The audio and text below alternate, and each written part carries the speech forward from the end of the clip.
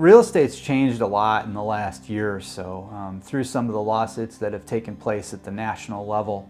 What we've found is that basically there's a more scrutinous eye on contractual relationships throughout the transaction. So buyers now, much like sellers, have to be listed by an agent.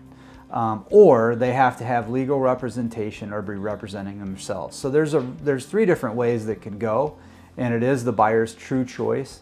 In the state of Indiana, prior to showing a property, we have to have a buyer agency agreement in place. Or again, we have to have a no buyer agency acknowledgement in place. That basically defines the relationship to the buyer, so they're very clear, and we want to make it crystal clear. And I think the state of Indiana over the years has done a good job. I think it's some of the other states that had some issues with their contracts. One of the other things I think it's important to know that the buyer is expected to pay a fee to their buyer broker if the seller is not offering one or is not able to compensate the buyer agent. So just know that all commissions are negotiable. I think that's the most important thing to come out of the ruling. And then secondly, just understand that really it's not a huge change. We've been pretty much doing it this way in many places throughout the country.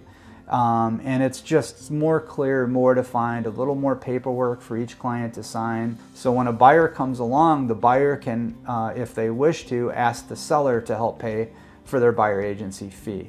So bottom line is, like it's kind of always been this way, commissions are negotiable. And I think that as long as every party in a transaction understands that, that's where we need to start from.